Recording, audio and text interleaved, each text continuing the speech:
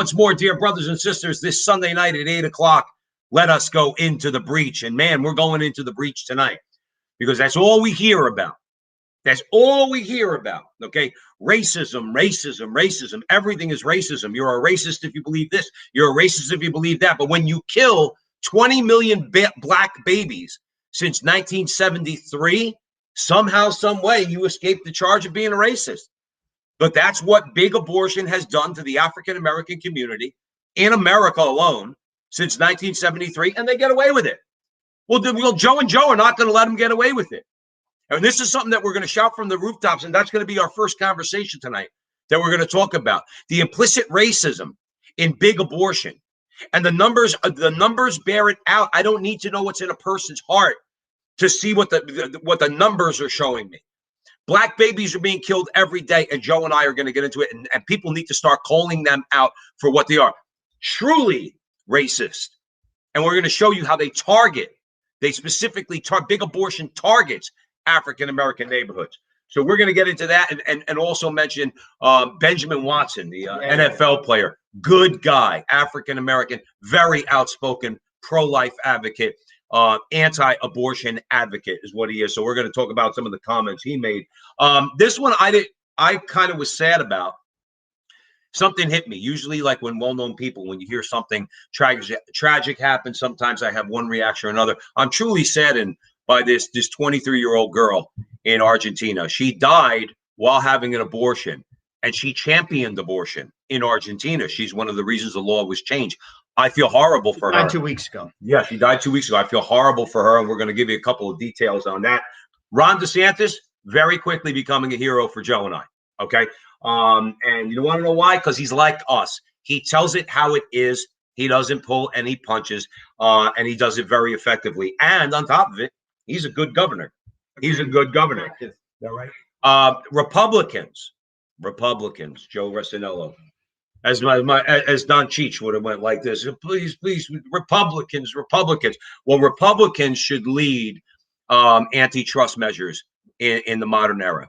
Right now, Republicans should lead as far as breaking up a lot of things, okay? So when you're talking about antitrust as far as big tech and other industries, Republicans need to pick this up. And we're going to talk about an article from CNS News that talks about just that. And guess what? Here's another brutally open and honest guy, okay? Senator Rick Scott, who was the governor before DeSantis, who is now the senator from Florida. Well, guess what? Another dude that's not pulling any punches. He wrote a brutal letter to corporate America, okay? As a United States senator, he wrote a brutal and open letter to them, letting them have it and giving them what I think was a needed warning to them, okay? So we're going to break that all down for you too. It's going to be a great conversation. Remember, wherever you are, please help Joe and I by hitting a like, hitting a share, hitting a subscribe on YouTube, hit that little bell for notifications. Do whatever you can to help us get the message out there. As we tell you all the time, because it's true, we are growing. We are growing. We're growing on social media. Joe and I, you can listen to our interviews, great interviews. We did one that aired today with Joshua Mitchell on intersectionality and what was it? Identity politics. Very, very important conversation. Yeah, so go to Veritas Catholic Network, either in the Apple Tune Store or whatever Play Store on Android. You could download the app, or you could Google it and go on there and hit Frontline with Joe and Joe, and it'll take you to where you could download all of our podcasts. Bill Donahue, Raymond Arroyo, Chris Bell. We got some good ones coming. And we got some really good ones coming. But this one with Joshua Mitchell, if you're interested in a Catholic Georgetown professor's take on identity politics, this was an hour of red meat that you'll love. Veritas Catholic Network. And finally, we're on the Crusade Channel, as you know, at crusadechannel.com, the last live radio station standing. We're on Mondays. And make sure you take advantage of the free 30-day trial subscription for Mike Church's channel down there. He's got a great lineup. Having said all that, let's talk abortion and racism. This is a very, very, very important conversation. Very. And anytime people talk about systemic racism, this is the topic, if you ask me. Abortion. Abortion is the most systemic racist organization, industry, we could just say Planned Parenthood is the organization in America. And here's the interesting thing. The New York Times is calling out Margaret Sanger now. Interesting. Let's break it down. This comes from Newsbusters, this information that we're going to basically convey. The CEO of the biggest abortion business in America finally came out and owned up to the dark past of its founder, Margaret Sanger. Planned Parenthood, this is in quotes, must fully take responsibility for the harm that Sanger caused to generations of people with disabilities who are Black, Latino, Asian American, and Indigenous people. This is from Alex McGill Johnson, who wrote this article in the New York Times. The New York Times is saying this, and this is what else they said. Sanger's association with white supremacist groups and eugenics. Sanger is on record, I believe, calling African-American people weeds. Weeds. And they have never said a word about it until now. Do you know that there was talk a while back that she was potentially going to be put on the $20 bill? Not no more. The only people who spoke out about it were African-American pastors in the South. This is been known, and no one says a word. Now, let me break down some statistics for you. Okay, so very important to realize, because we're making a statement, but the numbers bear it out. Joe and I were talking before the show. The numbers bear it out. If this ain't racist, I don't know what is. 20 million Black babies have been aborted since Roe v. Wade was passed, and that was in 1973. Black children make up 36% of all abortions in America. So that's 1 out of every 3 abortions. It's a Black child, despite the fact that African Americans only comprise 13.4% of the population. Mm-hmm. Planned Parenthood alone kills 247 Black babies a day, while this is the one. 86% of all Planned Parenthood abortion facilities are in walking distance from minority neighborhoods. Why is that? Now, but let's break it down. Why is that? Let's break it down a little bit. You made a statement. You brought out a number. 36% of abortions in America, the victims are African American, as opposed to them being 13% or so of the population. But here's where the angering part for Joe and Joe. Well, we constantly have to hear about, well, African Americans are only 13.4% of the population, but they're overrepresented in the prison population. Okay, I think that you could legitimately say, then there's something to be looked at there. There must be a problem that needs to be addressed, whatever it might be. I'm not arguing about that. But the same people never want to point out this statistic, that 3 times the amount, relative to their percentage of the population, 3 times the amount of Black babies are killed, okay? And like I said, nobody says a word. And hold on, right? Sissy, what are you talking about that this is propaganda? This isn't propaganda. You're the one who believes the propaganda. I'm telling you the truth. I'm telling you the truth. Do you know that during the Bloomberg administration in Soho, at this time, 2/3 of all the abortions in New York were Black children, to the point that more Black children were aborted in New York City than were born alive? A billboard was put up in Soho. Bloomberg made them take it down because he thought it was going to start a riot. This isn't propaganda. You listen to propaganda. Well, Sissy might be saying that Planned Parenthood is propaganda. Okay. If I'm attacking you, I'm sorry. Yeah, Sissy, if we got that wrong, we apologize. But I'm just saying. We love you. Maybe I am, because I'm a little. Well, no, it could go either way. But Sissy, but you know, again, I think you're saying that's what they're trying to do. Okay, if that's the case, I apologize. I'm a crazy person. I can't help myself. But my point is, this is not propaganda. Why aren't all of the Black activists out there, and there are many of them, speaking about this? Because it doesn't. Why? It doesn't help their cause. Remember something, we've said this before. When the Black liberal establishment, okay, and yes, it's the Black liberal establishment, they're in bed with all this. They're in bed with all this. They have no problem. They have no problem with an abortion clinic being within walking distance of a minority neighborhood.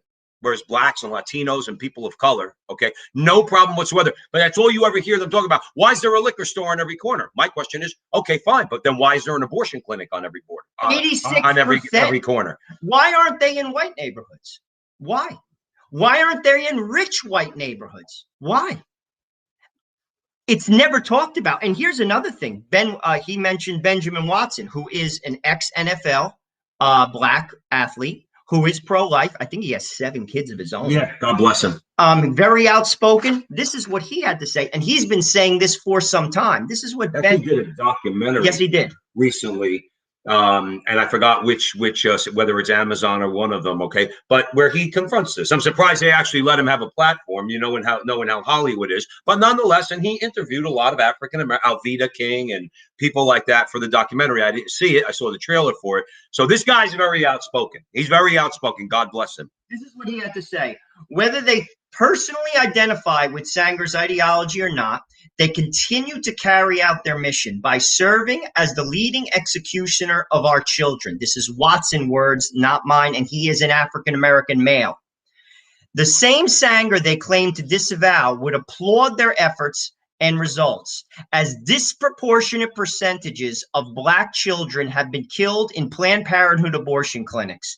Acknowledging a racist history does not absolve them of the blood on their hands, as they continue to take advantage of victims of the racism they decry. Right. And this is an African American. Where is the coverage on that? Well, here's a very important angle we have to take on this. Why is Planned Parenthood doing this? Now, last year during COVID, I took a ride down, not because I'm so great, just happened to be something I wanted to do. And I took a ride down. I did a live Facebook little clip in front of the Planned Parenthood of Greater New York down on Bleecker Street, all right, where the street sign still says Margaret Sanger Square, by the way.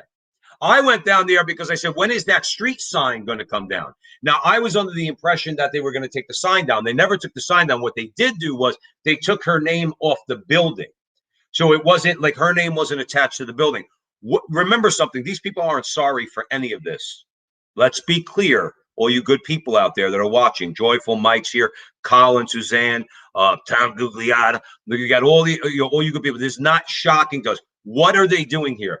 They're trying to absolve themselves of their racist past without acknowledging that the very business that they're conducting is inherently racist.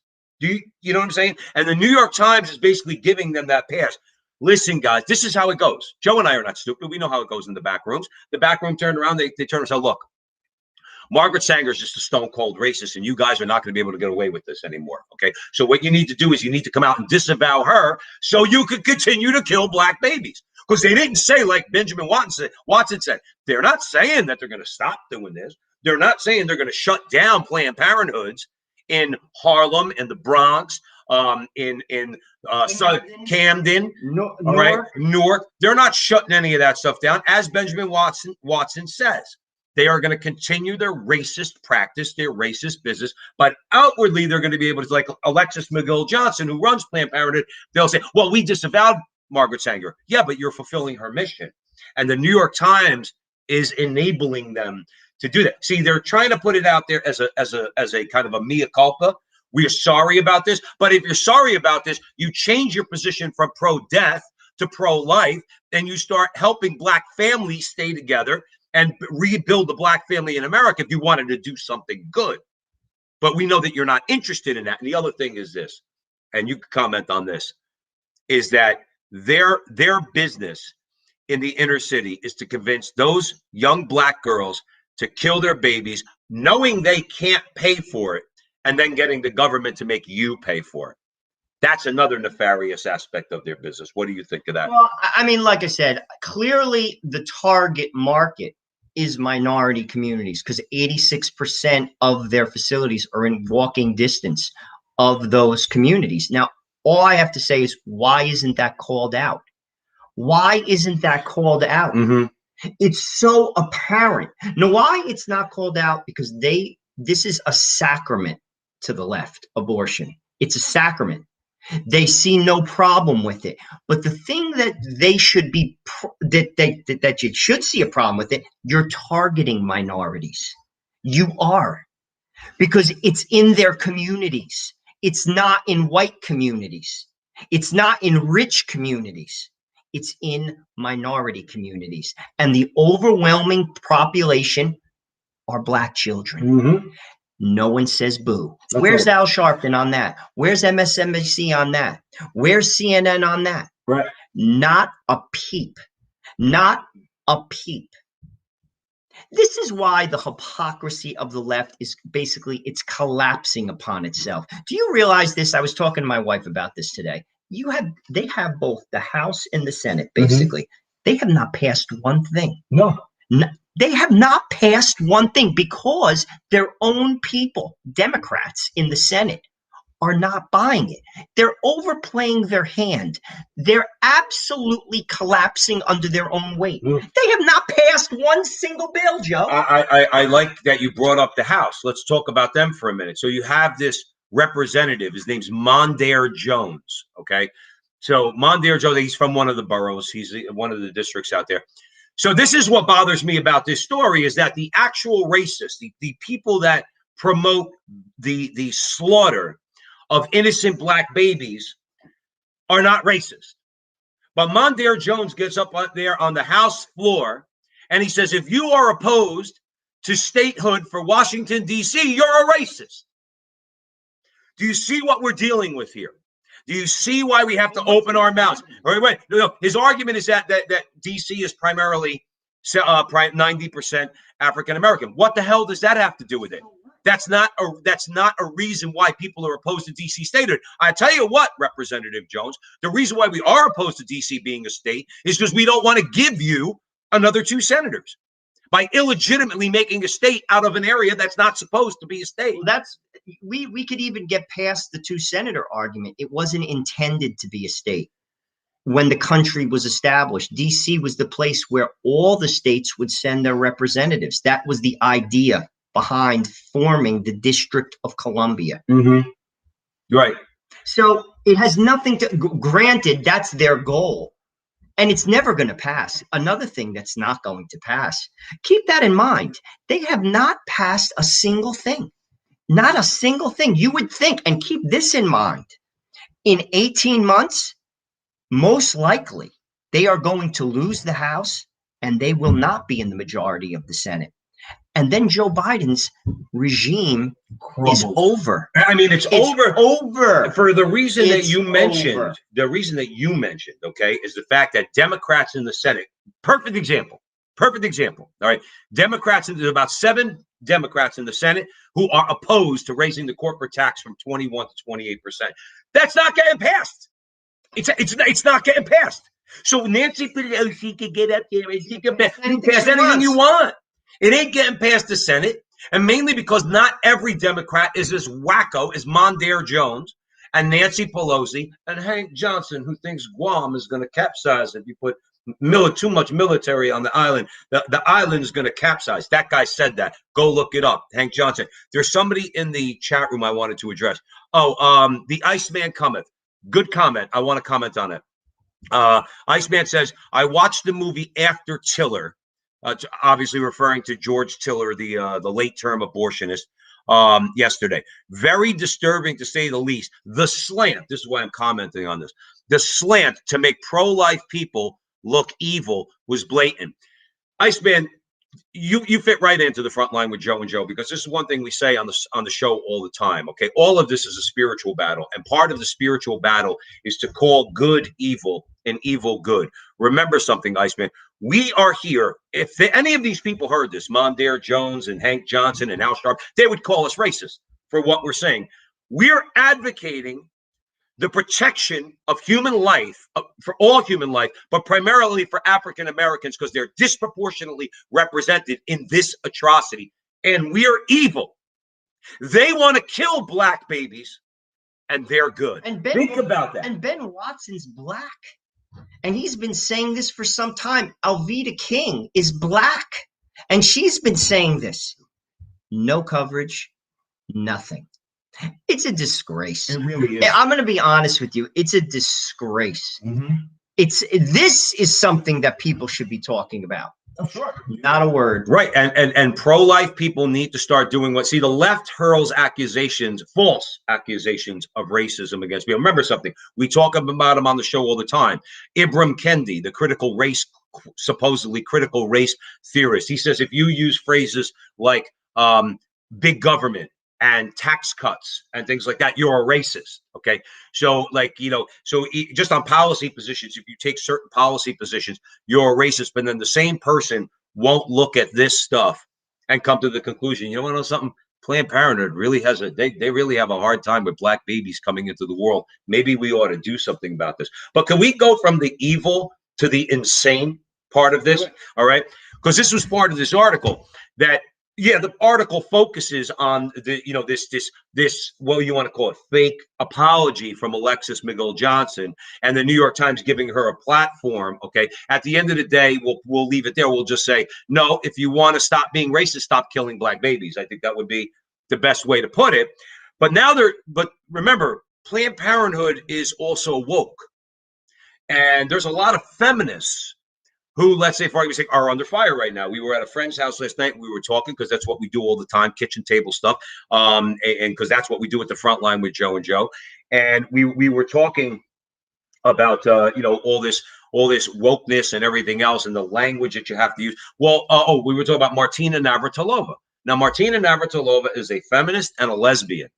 They hate her because she's speaking out against the transgenderism in girls' sports. Okay, so now this is where I said this goes to insanity, and I love your comments on this. So here comes the woke.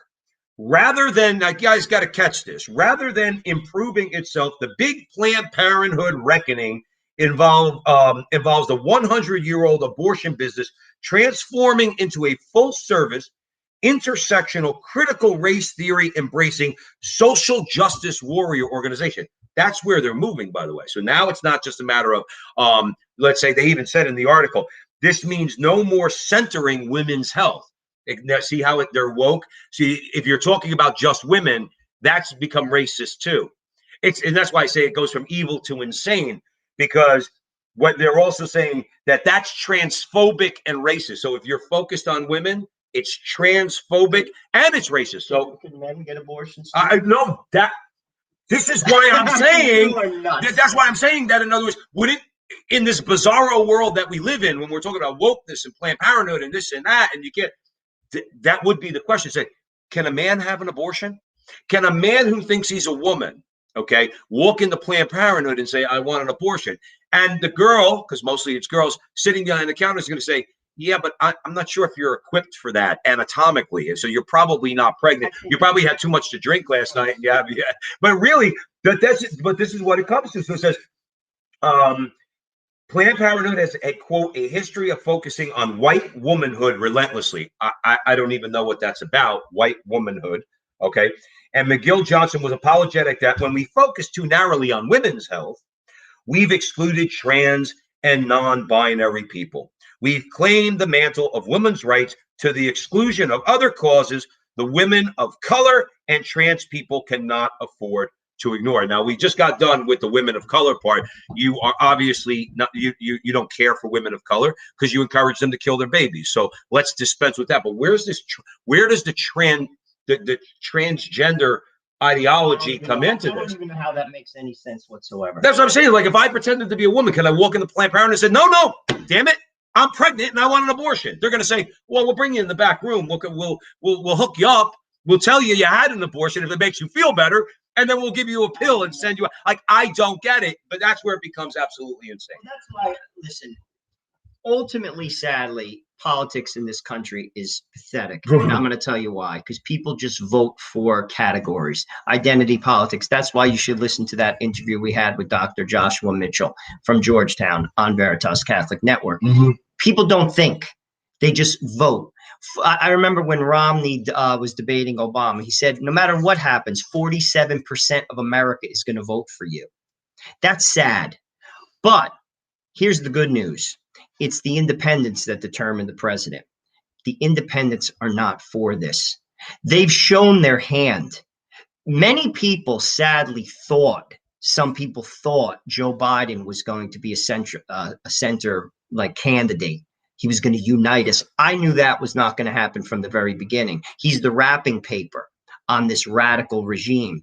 But don't take my word for it. Look who they've nominated to cabinet positions, one of which is Javier Becerra, one of the most radical people in government. Anti-Catholic. Look at who they've nominated and look what they've put forth. The independents are gone. You've lost them. They're gone. And in 18 months, you have not passed one damn thing. In 18 months, you are going to lose the House and you are going to lose the Senate. Right. And it's over. It's over. You don't pass anything. That means nothing. And every executive order that you created disappears second one when a Republican takes office. And eventually they will. Right. They've overplayed their hand and they've lost the normal person. No one is for this crap. Haven't they lost a lot of Democrats too? Like we were talking about, they're it's not voting not for just independents. If you tell, let's say, a conservative Democrat from the Midwest, okay, they vote Democrat for blue collar reasons more than the social reasons, but nonetheless they're Democrat. They're not going for all this stuff either. Like to break it to the Democrats. Not all Americans hate their bosses.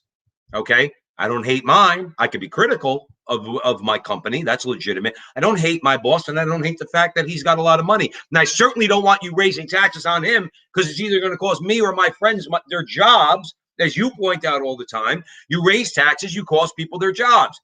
Sorry, that's the way the world works. You're not going to change it, you leftists. All right. So a lot of reasonable Democrats say, no, I don't want you to raise the corporate income tax rate. I like my job. I just got one. Okay. No, and I want to keep it. And you have the Democrats for making all these atrocious proposals, like doing away with fracking. That costs how many tens of thousands of jobs? The Keystone XL pipeline, that costs how many thousands of jobs? Bringing in workers from overseas that Joe Biden and the Republican Chamber of Commerce, so they're guilty too, to cost Americans their jobs.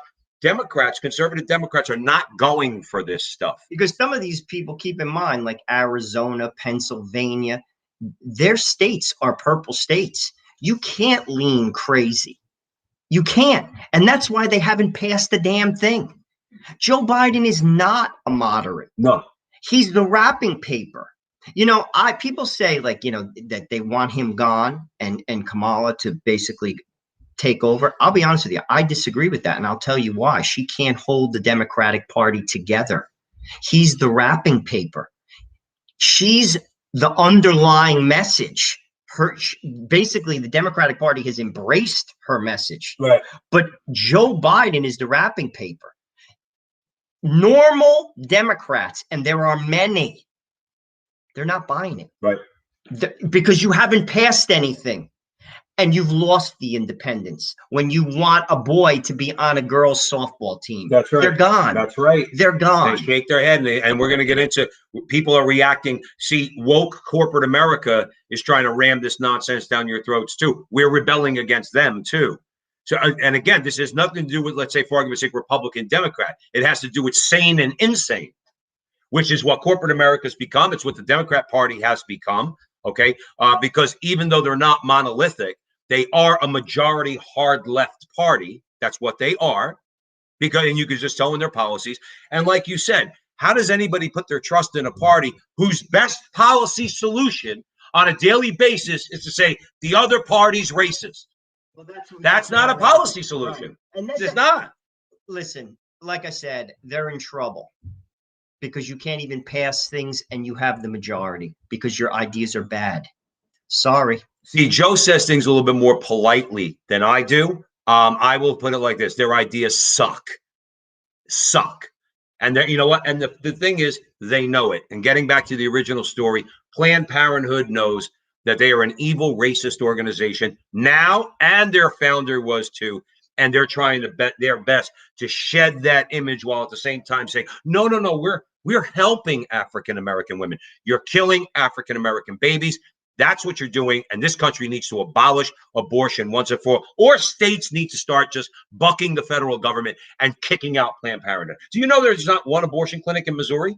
That's great. It shows you that it can work. There's not one abortion clinic in Missouri. Now, you're not going to tell me that there's not one woman in Missouri that wants to have an abortion. I'm sure there is, okay? But there's not one abortion clinic in the state of Missouri. Why can't we get 20 states to do that? Why can't we get 30 states to do that? That would be pretty good, wouldn't it?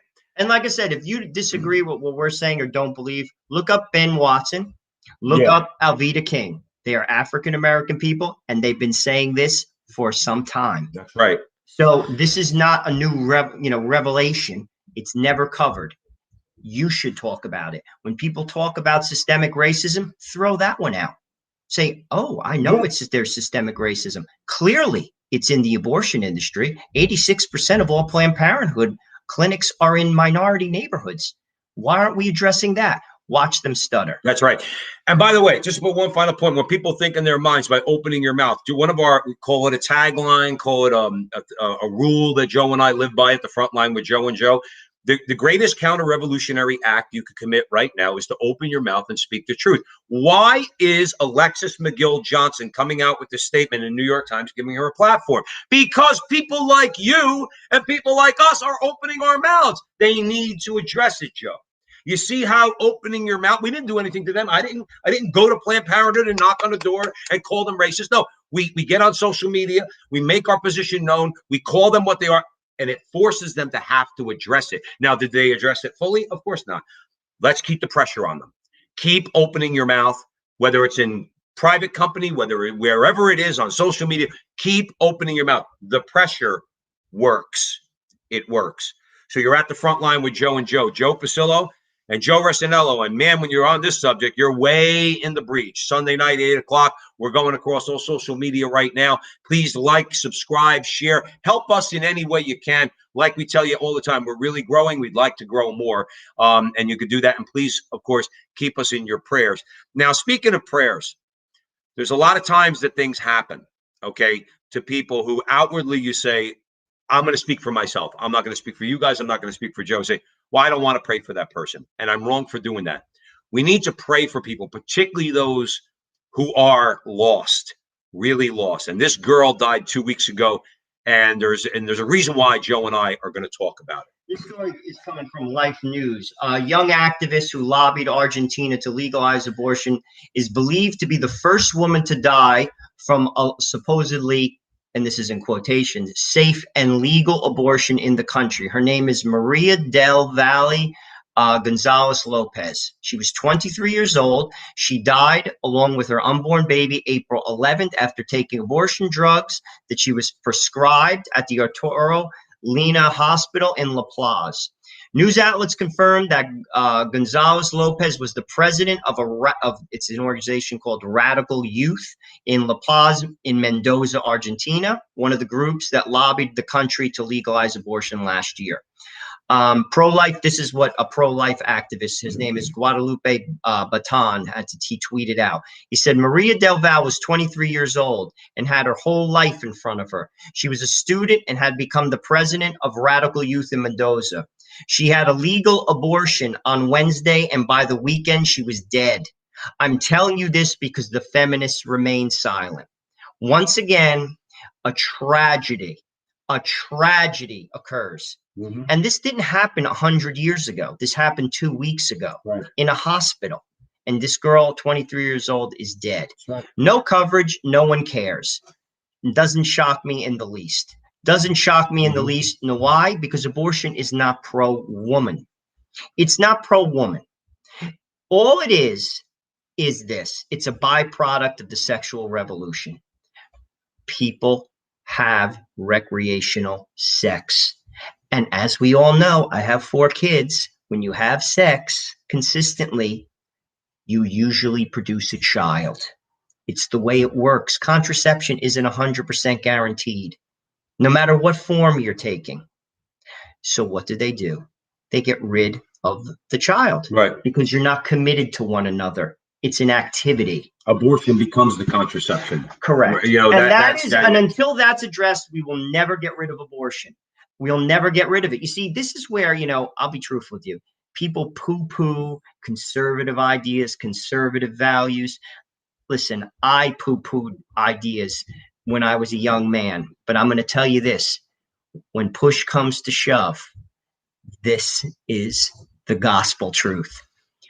Chastity until marriage. Sex within the marriage covenant. 2 people committed to one another. They have a child. They raise the child for life. Right.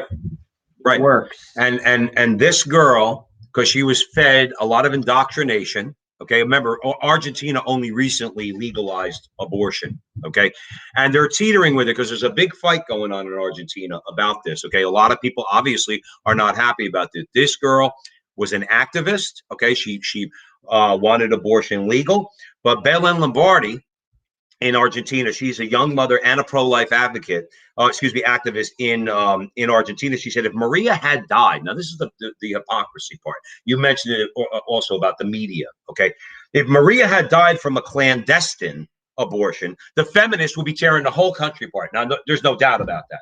If she went into a back alley because Argentina is pro-life and does not allow abortions, okay, the country there would be riots. Is basically what it would be. If she died, she died after receiving chemicals being given to her to kill the life of her baby in the womb that subsequently killed her. But it was all done legally. It was all done by quote unquote medical professionals. Okay.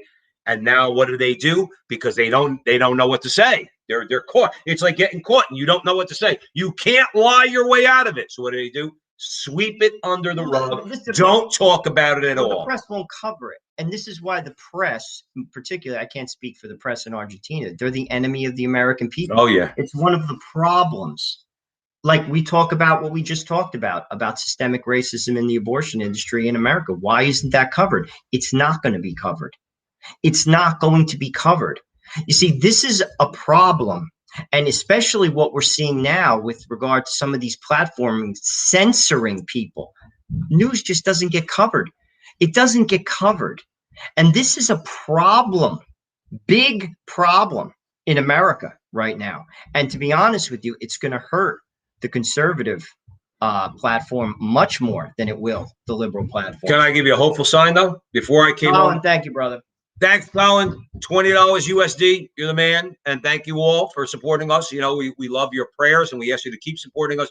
Mainly, not everybody could give money. Colin, thank you. But just make sure you help us with the algorithms. You like and you share and you do all that fun stuff. Before, I kind of forgot my thought, but before coming over, what were we talking about? No, we were just talking about, what's it called? The press, conservative press, basically. Yeah. Oh, that's right. I was watching a clip from this morning with Maria Bartiromo on Sunday Morning Futures, who I've really grown to like. I really have. I've never disliked her, but I think she's a fairly hard-hitting journalist. She asks really good questions of people, okay? And she had on James O'Keefe from Project Veritas. Now, I'm only bringing this up as an answer to you to tell you something hopeful. James O'Keefe is suing. See, he's a guy, he does what we said, that when you file a lawsuit against the media, don't settle. Fight them to the end. Bring it to a jury verdict. Change the standards in the law that allow them to get away with it. Because if you settle, what happens? The law doesn't change and the standards don't change. But if you fight them all the way to the end, you know what happens? Then the standards change and the law changes. And then moving forward, that media outlet's not going to be able to do or say whatever they want. The current standard is New York Times versus Sullivan. And I say this is a hopeful sign. James O'Keefe has filed a lawsuit in New York State. Oh, $5 from Australia. The Iceman coming from Australia. Thank you very much. James O'Keefe from Project Veritas is doing just that. He told Maria Bartiromo, don't settle. Fight it all the way to the end. Go to a jury verdict. That's what we're going to do in our case. He's suing the New York Times and he's suing CNN. Why? This is what we talk about on the show all the time, Joe. They libeled him. You see, but they're shielded because of the way the laws currently are. This is gonna be a very big defeat for them, Joe. And there was a motion to dismiss the case that he has overcome. Project Veritas has overcome the motion to dismiss the case. The case is moving forward. Now, do you want to see the media start to get truly apoplectic? Okay, wait to see if O'Keefe wins this case, and it starts to put them back on their heels. That means, you know what they can't do anymore? They can't call you a racist, okay? Unless you're wearing a sheet over your head and burning a cross on a black person's yard, okay, or saying blatantly racist things. They can't call you a racist if you're for tax cuts or if you're against socialism or if you're pointing out that Planned Parenthood kills black babies. They can't call you that anymore because it'll be considered libel. and defamation of character. If this standard changes, and we need to pray that it does, okay? If this standard changes and O'Keefe is successful, the media is going to be really, really put back on their heels in this country. Really put back on this. And quite frankly, and this is the reason why I'm bringing it up, because you mentioned it, that's what needs to happen. That's what needs to happen to the media. They have to stop. We cannot allow them to censor our voices. We could get into big tech, not now. That's going to be the next shoe to drop. But pushing back on the media and making sure that they know you cannot just say anything you want about somebody without there being consequences. And to put a finer point on the story about Maria del Valle Gonzalez Lopez, we mostly here, all of us are all Catholics, and I assume that we're probably nearly all Christian, okay? Let's pray for her soul. This was a lost girl, 23 years old, all right? Died tragically. Regardless of the circumstances, we are called upon as disciples of Christ to pray for her soul. I have been. I hope that you will. I know Joe has. Pray for her soul and that Christ forgives her of her sins. We're going to change gears here. We're going to talk a little DeSantis action. This comes from LifeZet. Basically, DeSantis signs an anti-riot bill that enhances penalties for crimes committed during a riot. In case you haven't heard about it, we're going to break it down. This is great, by the way. It's great. The Florida bill features many changes to the state's criminal and administrative law. For instance, makes it difficult for cities and counties to reduce funding for the police. It allows governments to be sued if they fail to stop a riot. 2 thumbs up. Grants civil legal immunity to people who drive through protests blocking a road. I want to come back to that one. Go ahead. Creates a new aggravated riot second-degree felony charge for crimes stemming from riots of over 25 people. And it doesn't allow rioters to be bailed out of prison prior to their first court appearance. You see, this is how, listen, when you're in a fight and they're playing to kill, you have to play hardball. This is hardball. Listen, I've learned this through corporate America. When I first entered the corporate arena, I was an auditor, and you'd have a disagreement with the business, and I would try to hash it out with the person. Never succeeded, ever. I don't do that anymore. I go into an office, and I call their boss. And guess what happens? Problem solved. I don't even raise my voice. This is how you solve the problem. You solve the problem by hitting them in the pocket, by putting them in jail, by changing the law. You don't have to get crazy to change it. And he gets it. Now what you do, if people gather over 25 people, you arrest them. That's right. You don't have to do anything. And the law is on your side. That's what they did. And before the election, they changed the law. They did. State secretaries of states. This is not. This is a fact. This happened in states. They changed the law. Well, guess what? And they weren't elected officials. He's elected, right? And signed this into law. You hit them in the pocket. Listen, you get a $10,000 bill, you'll stop your behavior. Yep. You will, or you'll get another one.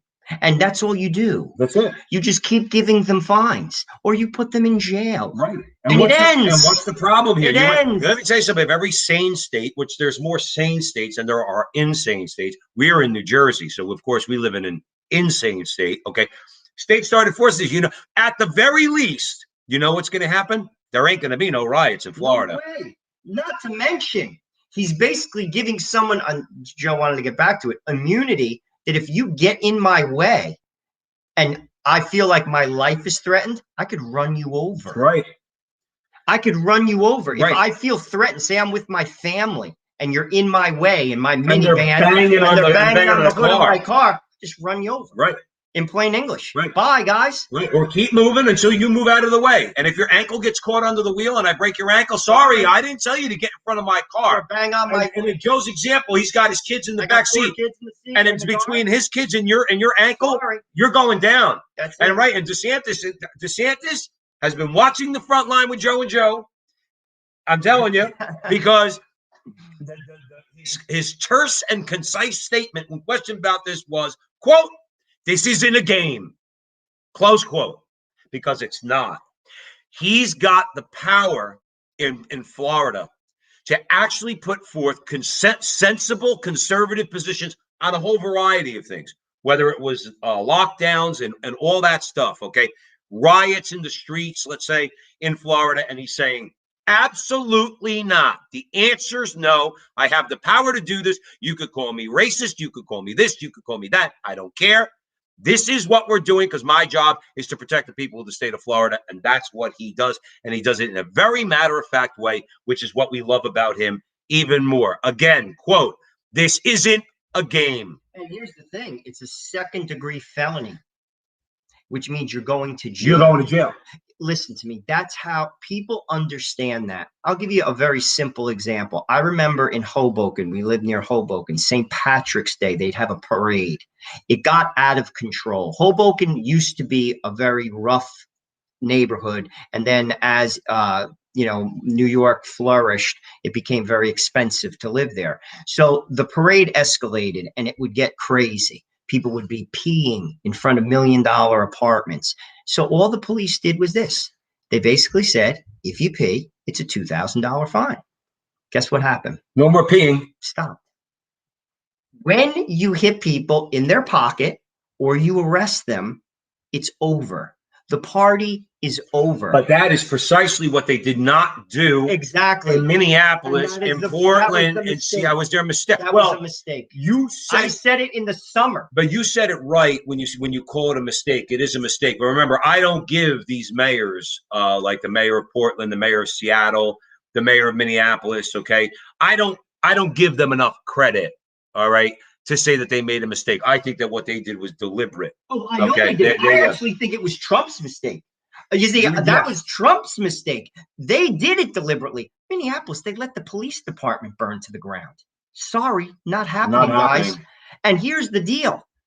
If you're governor or you're mayor, this is all you do. I'm going to tell you how you stop it. In two things. One, you say, I am bringing in the National Guard. I'm the president, and you are not responding. And it's your job to respond. You're in government. It's governmental malfeasance. Number one. Number two, you want to resist and do all your nonsense in your ridiculous states like New Jersey, like California. All you do as the president is this. I'm not giving you any federal dollars. Right. Resist all you want. Have fun. You get $0. That has to actually happen. And when that happens, it ends. It ends. You're right, Joe. I'm telling you right now. No, you're absolutely. But one thing that does need to start happening in this country, and the senators and the representatives from red states in particular need to start standing up. The federal government should not be allowed anymore to take money from one state and give it to another. That's one of the solutions where, let's just say for argument's sake, Texas. Majority of representatives from Texas are going to be, let's say, conservative, for whatever that's worth. Conservative. They go to Washington and they say, you want to know what? We're gonna propose legislation. We don't take money from states anymore to give to New York, to give to California, to give to Illinois. We're not doing it anymore. We're not taking money from hardworking people who live in states that actually are run in a very sound way and giving it to Bill de Blasio or Cuomo or Murphy here in New Jersey or Newsom out there in California or Pritzker in Illinois. No, you're not getting any more federal money. That's another solution because they spend recklessly and they tax recklessly, knowing that they're going to get money from the federal government. That's another practice that's got to come to an end. And here's the thing. I'm an American and I believe in protest. You can protest. A protest is you get a permit and you protest from 9 to 5 and then you go home. You don't hurt anyone. You don't burn things down. Mm-hmm. That's a protest. Do that every day. And if you don't like my ideas, well, there's a system. It's called the legislative system.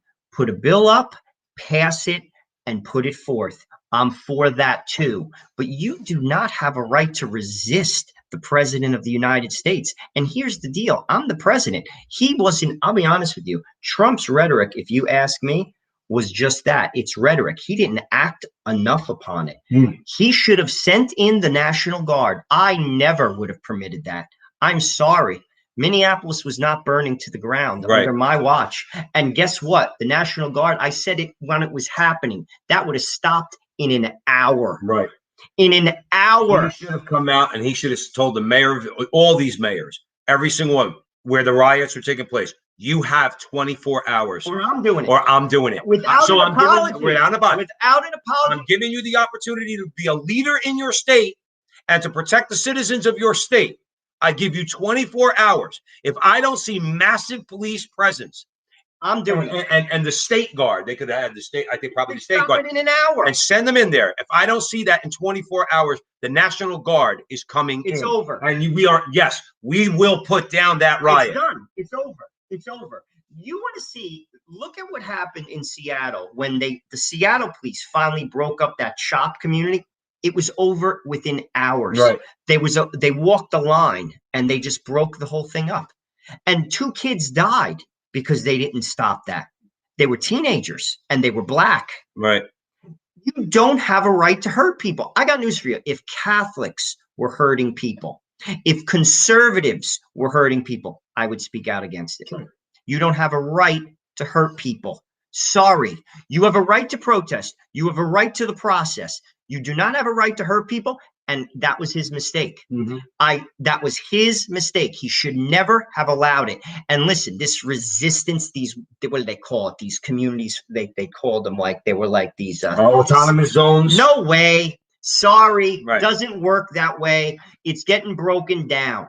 Sorry. And if a governor is not going to do his job or her job, well, guess what? I'm the president, just like what Cuomo did with de Blasio. De Blasio was holding back on the police. Cuomo actually stepped in. He said, I'll take you out of your position because I can do it. He said that. I know. I remember that. And he's a Democrat. Yep. Well, the president could do that too. That's within his power, and it should have been done. And he should have said, listen, protest all you want. Pass the legislation. I'm for it. But you're not hurting people. Right. And that was a mistake. It was a mistake. And that's how this stops. This has to stop. And we're getting close to it. And I actually think people are getting fed up. No, people are absolutely getting fed up. We're seeing it. We're seeing it across the board. We're seeing it across all sorts of issues. And one of the places also that's of grave importance to you guys out there, and Joe and I here at the Frontline with Joe and Joe, is very, very big and powerful corporations. We're fed up with them too. Let's talk about how we're going to start resisting them. This is a great article, and this is something to take note of, because this is something I don't even think this is just a conservative idea. I think this is an American idea, and we should rally upon it. Basically, Republicans can and should lead the next great antitrust movement. This is coming from CNS News, and Josh Hawley is offering some solutions. Hawley obviously is from Missouri, and he introduced a bill entitled the Trust Busting for the 21st Century Act. This welcomed legislation would ban mergers and acquisitions with market capitalizations that surpass $100 billion. Great move. Give the FTC new powers to stop dominant digital firms like Twitter and Facebook from buying out potential competitors. Importantly, updating the Sherman and Clayton antitrust acts by establishing the direct evidence of anti-competitive behavior, which would be enough to support an antitrust claim. This, in turn, would theoretically allow dominant firms to be broken up without getting bogged down in arguments between economists. Which is, by the way, that struck me when I found this article. Okay, these arguments between economists. At some point, you have to say, I don't care what the economists have to say. See, that's what Josh Hawley's saying, because he's a very matter-of-fact guy. Another guy's been watching the Frontline with Joe and Joe. Trust me, okay? He's saying, I don't care about your esoteric arguments about like how the economy should work and what the government should do or not. I don't care. He's saying, this is what I see with my eyes. Here's a danger. No more mergers worth more than $100 billion. I don't have to listen to any economist on that. I'm happy. Let them compete against one another. Why is it necessary that two companies, both worth $100 billion, need to merge and become that much more powerful? Why? What right do they have to do that? And then they use that power, as we're seeing now. We started this conversation by saying we're fed up. What are we fed up with? We're fed up with woke capitalism, with crony and censorship and crony capitalism. And threats from Coca-Cola and Delta Airlines and Apple and Google Major League and Baseball. Major League Baseball. They already announced that last week. Mike Lee, Ted Cruz, and Josh Hawley said, we are going to look into baseball's monopoly And that they've had for 100 years. It. Exactly. Resinello's right. That's how you stop it. Direct action. I don't want a commission that's going to investigate this, and they're just going to sit around. They're going to talk. Crap. Joe, they're going to talk. You, Mr. Economist, you went to Dartmouth, and you, Mr. Economist, you went to the University of Chicago, and you, Mr. Economist, you went to Stanford, and they go through them all, and they talk about, and they sit up there, thank you for your question, Senator so-and-so, and thank you for your question, Representative so-and-so, and nothing gets done. Break them up. Break them up. And this is one of the, I think this is key. And every American who loves free speech and thinking for themselves should throw their unconditional support behind this bill. Again, the bill is called the Trust Busting for the 21st Century Act. The bill basically puts corporations who are trying to control us in the crosshairs. Very important. You want to take a step towards being free again? This is the bill. Right. This is the bill. And in the meantime, boycott these companies. Boycott them. Right. Listen, people, I said this recently on a post in social media. Someone was talking about LeBron James. They smack you in the face and you thank them by giving them money and making them rich. So who's stupid, them or us? Stop giving the money. Right. Stop giving money to Disney. Stop going to movies with Hollywood or buying their DVDs. Stop it. Oh, Stop giving money to Starbucks. Here's a very good point. When along the lines of what we're saying, that was in this article, not being allowed to buy your competitor. To me, that's huge. See, remember something. This is a true economic statement. Okay, competition. It's not theoretical. It's true. You could see it in everyday life. Competition amongst firms enables for prices to come down and for quality to go up. That benefits us, you guys, Joe, me, all of us. We want lower prices and we want the highest quality. Okay. And then what we do is we do our shopping. You might pay a higher price because you like that person's product more. You might want to pay a lower price because, quite frankly, you can't afford the other one. But either way, competition is good. So no, just because a company's big doesn't mean that they have an unfettered right, Sean Hannity and the rest of you Chamber of Commerce conservatives out there. You don't have an unfettered right to say, well, if I want to buy them, I can buy them. No. You exist within the context of the law. And if the law says you can't just go out and buy your competitors to do away with your competition, then that's what the law says. And ultimately, a law like that, like this one that we're talking about, is going to benefit us. Which is who the economy is supposed to benefit anyway. It's supposed to benefit us. If you're a business owner, you make money. God bless you. I hope you make a lot of money. I hope you have a successful business. But the second you think you're more important in American culture and society than we are, average American, that's the problem. Or when you corner the market, basically, and that's what you're seeing. Stop giving the money. Right. I'm telling you. And this is the type of bill that we have to back. And you know something? Democrats should back it because eventually it could be used against you. Right. This is not what America is about. It's not what America is about.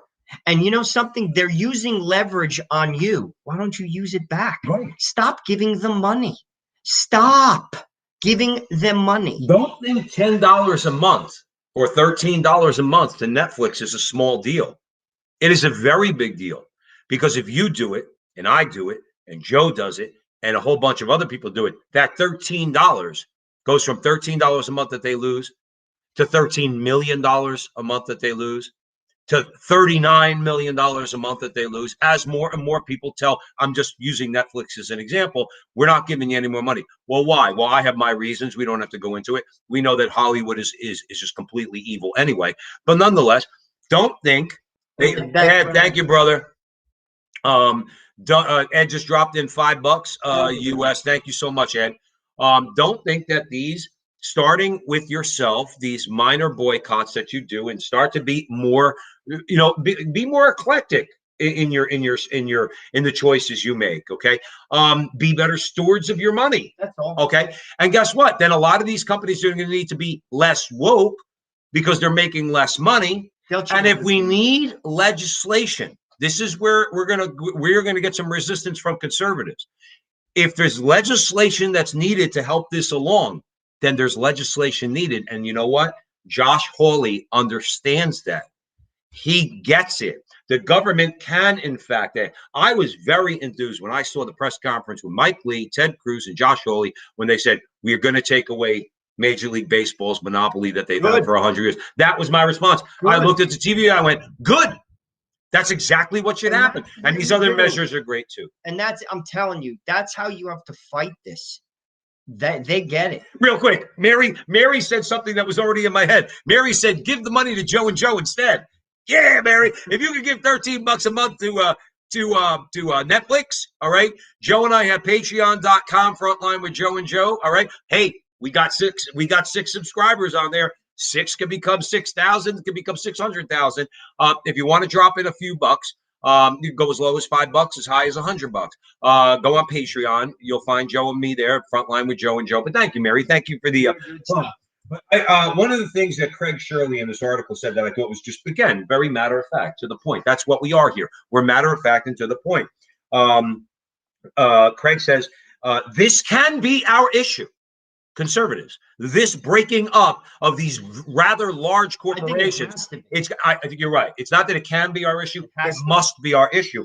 But he says, conservatives need to decide soon, okay? That because otherwise we'll be living in one of those weird dystopian fantasies where the world is run by 3 or 4 massive corporations, and we aren't as far off as you might think. Here's the line I love.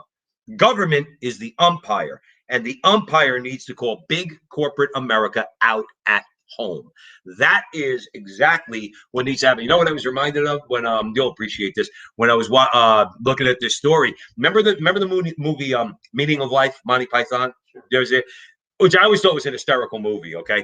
But the very beginning of the movie is a spoof, like and the shot is of the door of the boardroom, and the name on the placard on the door says the very big corporation.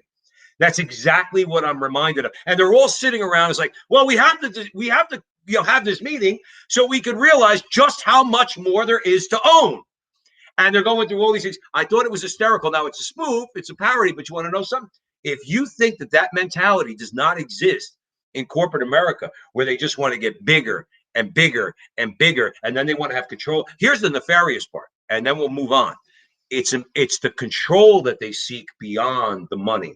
The control that they think they can't go into a state. The politics, which basically that's where I think they've crossed the line. If you ask me, I think it was foolish. It was a bad business decision. We've talked about this on other shows. They should have kept their mouth shut, right? Truthfully, and kept making money. Because now what's going to happen is you're in the crosshairs of a political party that will one day have power again. Away from that.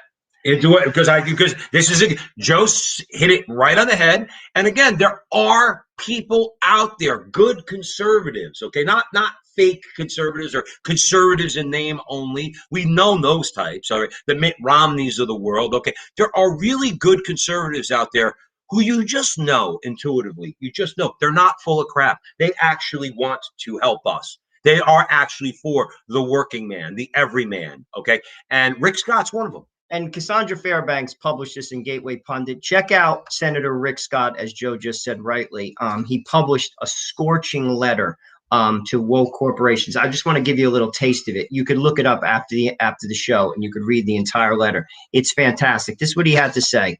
He said, "Dear woke corporate America, I hope you're having fun with your virtual signaling." Now, this is a senator of the United States in Florida. As Joe said, he was at one time the governor of Florida. Mm-hmm. "I hope you're enjoying trying to one-up each other and showing how woke you can be, all the while believing that you are more sophisticated and morally superior to the hardworking people of this country. You must have loved the accolades from your elitist left-wing peers when you took the Major League Baseball All-Star Game away from Georgia. What a fun day for you on Twitter. Congratulations. You get texts from your elitist friends praising you for your courageous stand when you support mostly peaceful movements that loot small businesses, set fire to government buildings, and take the lives of innocent people away." This dude's not playing games. Oh, no. And this is a senator of the United States. He goes on, he says, "You know that the Georgia law actually expands early voting and does nothing to suppress or curtail the voting rights of anyone? And yes, The Georgia law does require ID to vote. Well, so does Delta Airlines, and so does Major League Baseball in order to pick up tickets. It's not that you have twisted the truth, you have rejected the truth. Worse, you don't care what the truth is, and people see it. And again, forget about the people who are going to vote for the Democrats no matter who they are. If Ronald McDonald became a Democrat, they would vote for him. Mm-hmm. But they don't determine the election. It's the moderates. You've already showed your cards. And he's saying it. Right. You've shown your cards. You haven't passed the damn thing. He goes on. Let me give you woke corporate leaders a heads up. This is the important part. Everyone can see the game you are playing. Everyone can see your lies. This is a senator in the United States. You are the naked emperor. You are, in fact, morally inferior to the working men and women of this great country who are not racist and who, unlike you, care about the truth. Amen. And here's another bit of news for you. There is a massive backlash coming. You will rue the day when it hits you. That day is November 8th, 2022. And that is the day the Republicans will take the Senate and the House, and it will be a day of reckoning. Can't wait. And when that does happen, Joe Biden's regime is over. Over. You get nothing done. It becomes a pen and a phone. And the day that they lose, everything goes away. Just like Biden did with Trump's executive orders. Okay, just like he did. That's the way executive orders work. The new regime comes in. But here's what I like more than anything about this, because they won't stop. See, these corporations, they just won't stop. So they take all their employees in a morning meeting and they force them to watch a video. Our friend Artie, who we had dinner with yesterday, okay? And he was telling my wife and I, he was saying that he was forced to watch a video because he works in New York. He's in corporate America, just like you are. He's forced to watch a video that talks about being exclusionary or avoiding being exclusionary and all this wokeness. There's critical race theory where you have to go and sit at an 8 o'clock morning meeting while you're drinking your coffee, you're exhausted from your commute before you even start working, and the video tells you just how racist you are. And your boss says if you don't hit the I agree button at the bottom and send it back to human resources, you're fired. That's the day of reckoning. That's when the government steps into a corporation and says, you can't do that to your workers. They're going to say, what are you talking about? You can't do that to your workers. You can't tell your workers that they're racist. What are you, smoking crack? I wish one senator would come out at one point and look at these guys and just say it the way I would say it, which is, are you guys smoking crack? Do you think that we're going to let you get away with it? Same with universities. Same with universities. That'll be another one where they're trying to indoctrinate our kids into believing that America is just irredeemably racist, okay? White heterosexual men are irredeemably racist, and of course, homophobic, whatever that word means, okay? And big education, they try to indoctrinate our kids with that. They need to have their dollars threatened too that they get from the federal government, which means what they get from us. All of this is going to come to a head. Why? Because as my brother Joe Resinello always says, you overplayed your hand. You weren't happy to get some of your policies through because because Biden is sitting in the Oval Office, okay? But what you do is you enlist all the forces in the culture war and you attack us. Well, guess what? As Joe said, in 2022, you're going to lose because a lot of the integrity in the individual states is going to get straightened out, okay? And Nancy Pelosi will lose that gavel, and Chuck Schumer, we won't have to listen to him anymore, okay? And his nonsense in 2022. And in 2024, when everything's really straightened out, the Democrats are going to get trounced. Because if they put up Kamala Harris or they put up some of these other, she's got no chance. No okay. chance. And there are no, if Joe Biden, as Joe correctly described as the wrapping paper, they wrapped him as the moderate, okay, thinking that that's what they could sell. Well, he's the last one, and he's near the end of his life, okay, and he ain't running in 2024. And who do you have left? Then you got to go to one of your radicals, and the American people are going to go, not happening. Keep in mind, America didn't even go for Bernie Sanders. Joe Biden beat Bernie Sanders. They didn't even go in the Democratic Party. And Bernie Sanders is not even the most radical senator in the U.S. Senate. And who is? Kamala Harris. And she's the vice president. Right. No chance. No chance. Right. Like I said, sometimes base hits win the day. You showed what you're about. You showed what you're about. Everyone sees it. And forget about the Democrats. It's the moderates. You've lost them already. You're in the office 6 months. You've lost them. You can't even convince your senators that are Democrats to vote for your ideas. You're going to win? You're going to get anything done? I got news for you. Barack Obama didn't pass much. No. Keep that in mind. The American people. Barack Obama passed one piece of legislation. Obamacare. And after that, for the most part, Barack Obama didn't pass much. He did enough damage, though, whatever he could do. By the way, this regime is radically more leftist than Barack Obama. Yeah. Radically Right. more.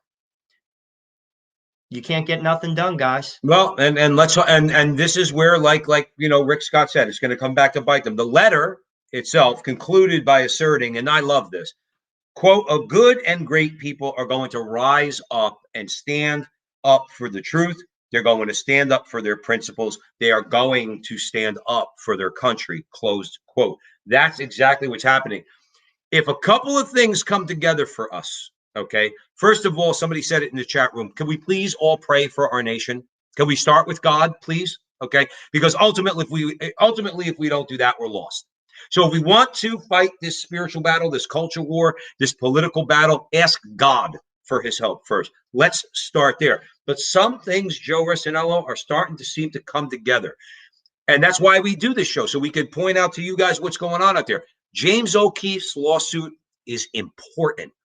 It is so important for us, not for James O'Keefe, for us, because it's going to put big media back on their heels. The Sherman Antitrust Act and updating it to apply to big tech is huge. Listen to me, huge. If you want to know how huge it is, again, Joe and I back everything up with numbers. 17% of Biden voters said, now 17%, which means even if you don't like what happened, let's say during the election, if that 17% went for Trump or didn't vote for Biden, Biden would not be sitting there right now. 17% of those who voted for Biden said, if I knew about Hunter Biden, if I knew about that story, I would not have voted for Joe Biden. Why didn't they know about that story? Because Twitter blocked the New York Post from sharing that on Twitter. It was suppressed. But the reason why I bring this up is these things, as Joe says, it's coming back to bite them in the butt, because the backlash is going on a bunch of different levels, all of which are going to be designed to do what at the end of the day, Joe Rossinello? To get the truth out there. People didn't know the truth about Hunter Biden and Joe Biden's involvement in it during the election, or else he wouldn't be sitting there. He would not be sitting in the Oval Office. With Obama, with what's it called? The embassy with that guy. They basically let him die. Right. I can't. Benghazi. That was a disgrace. Right. That was a disgrace. But the media. But that's another conversation. We could talk for 5 hours about that. Mm-hmm. That's another conversation. But at the end of the day, they've just overplayed their hand. And I'll be honest with you, as Rick Scott said, people see it. That's right. They see it. They need to learn a lesson that we told you guys last week that we all learned it in the first grade. I don't know why they haven't learned it.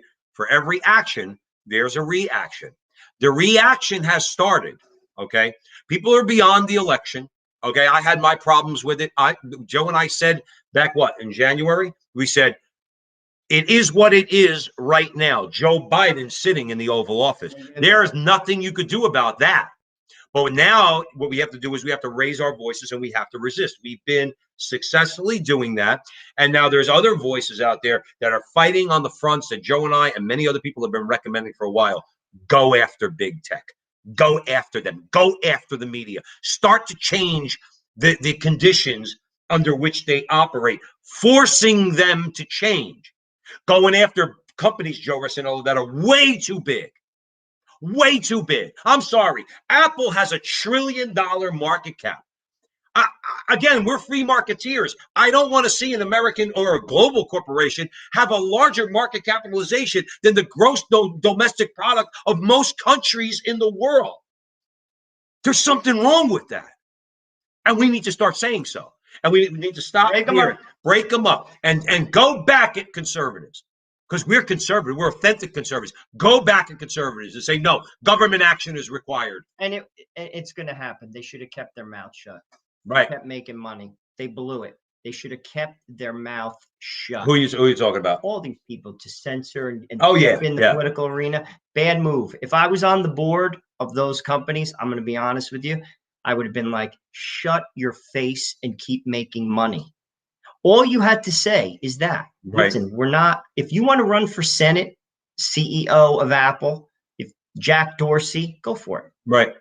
But you should have shut up, because you're not doing your shareholders any good when they do break you up. That's right. And they're going to. And you have violated your fiduciary responsibility. You're in compliance. You know that word very well. Your fiduciary responsibility to your shareholders. That's what you've done. So again, it's all, listen, what do you always say? They have had their hour. God gets his day. And and what do we mean by that? Yes, God, the actual God, okay, has his day. But the truth, it always comes. It always comes to the forefront. You never get away with it forever. It's like if by the time you're 30, if you haven't figured that out, to be honest with you, you're in trouble. Yeah. You never. Listen, life doesn't work that way. It doesn't work that way, and their day is coming. So, like I said, enjoy your hour, because that's all you're gonna get. That's it. And we can't wait for that. We can't wait for the 59th minute and 59th second of that hour. And we're going to tell you, we told you so. We're going to tell you, we told you so. And in the meantime, we need to, it'll hopefully result in these people not having the power that they've enjoyed up to this point. So we got to leave it there. All right. It was an important conversation. All right. Because these are the things that we need to be aware of. We try to let you know about what's going on, who the good guys are out there. And there are good ones, DeSantis, Rick Scott, and others who actually walk the walk. I think that's the best way to put it. They talk it, but then they walk it, and they're actually fighting for us. All right. So we have to remember that. Please remember, follow Joe and I, Facebook and YouTube. Do it tomorrow. Oh, yeah. Very important. Stick with us. My alma mater, unfortunately, Seton Hall University, and I love my school. Their radio station, WSOU, and Michael Hitchborn has pointed this out on the Lepanto Institute. Their WSOU is broadcasting not heavy metal and not, let's say, AC/DC, which as Catholics we could have enough of a problem with. They're broadcasting outright satanic bands that have names that I wouldn't even repeat to you, lyrics that I would never even repeat to you. And WSOU, or Seton Hall University, is run by the Archdiocese of Newark. The authority that governs SHU is the Archdiocese, is Cardinal Tobin, okay? So the Tradition and Family and Property, John Ritchie and a bunch of guys are going to Seton Hall tomorrow. I'm going to go at 1 o'clock. I'm going to try to stream it. Yeah, I'm going to live stream it on Facebook and then share it everywhere else, because I'm just going to have my mobile, but I'll go on Facebook. And this is one of those cases where raising your voice will do something, okay? Cardinal Tobin needs to shut down WSOU or put somebody in charge of regulating their programming. Because the stuff that, like I said, they're broadcasting is satanic. It's not an interpretation on my part. It's outright satanic. I read some of the lyrics and I wish I didn't. Okay, I'm serious, and I have thick skin, but I wish I didn't read it. So at the gate of Seton Hall University, I believe there's going to be prayers. I think the TFP is going to be praying the rosary. I'm going to get there, and I'm going to try to get John Ritchie. Well, he'll let us know what he's doing, what the problem is, give us a lot more details. But then they're going down to the Archdiocese in Newark to go protest in front of Cardinal Tobin's office. And then my understanding is that 6:30 tomorrow night, TFP is going up to Wyckoff, New Jersey, to peacefully pray at a church where Father James Martin is giving a talk, and we all know what he's going to talk about. So busy day for the TFP tomorrow. So check us out. because tomorrow Joe's going to live stream it, the protest, so it should be good. Yeah, it should be good. And John Ritchie will give a lot of information about how you could go about contacting the Archdiocese of Newark and telling them, exert your authority on Seton Hall and WSOU and get that satanic programming off the air. Having said that, we want to thank you all for joining us. We passed 1,000 subscribers on YouTube. That's a kind of a milestone, all right? And that's small potatoes compared to everything else that you've enabled us to do at the Frontline with Joe and Joe. So we just want to tell you that we love you. You have our tremendous gratitude. We pray for you guys. Let's all pray for each other. And remember, until next week, that our conversation is your conversation, and that conversation is going on everywhere. We'll talk to you soon.